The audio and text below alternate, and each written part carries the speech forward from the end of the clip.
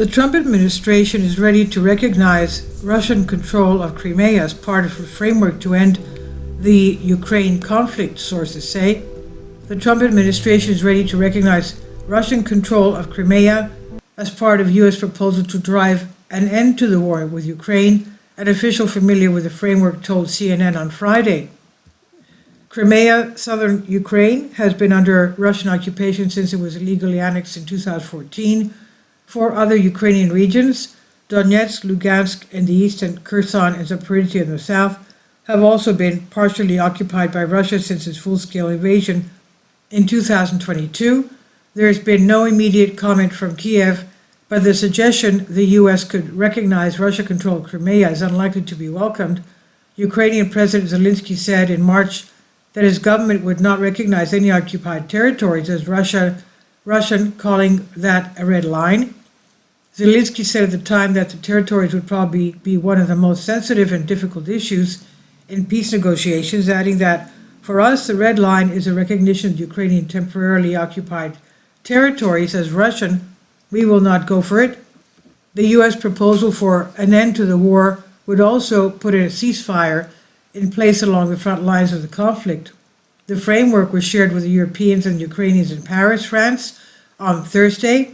The source said it was also communicated to the Russians in a phone call between U.S. Secretary of State Marco Rubio and Russian Foreign Minister Sergei Lavrov.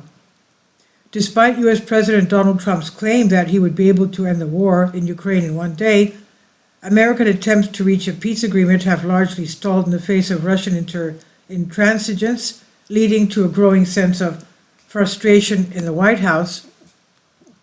After Rubio warned Friday that the U.S. was ready to move on from efforts to bring peace to Ukraine within days if there were no tangible signs of progress, Trump offered a less hardline approach, saying that Rubio was right, but projected more optimism about the prospects of a deal.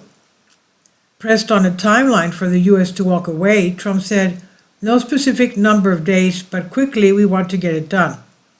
The source that spoke to CNN on Friday said there are still pieces of the framework to be filled out, adding that the U.S. plans to work with the Europeans and Ukrainians on that next week in London. The Trump administration is simultaneously planning another meeting between Trump's Middle East envoy, Steve Witkoff, and the Russians to get Moscow on board with the framework, the source said. And this was from CNN on DNYUZ. Please leave your comments and thank you for your support. Please support my Patreon account. The daily posts are 5 videos daily, and they are totally different from what I have on my YouTube channel.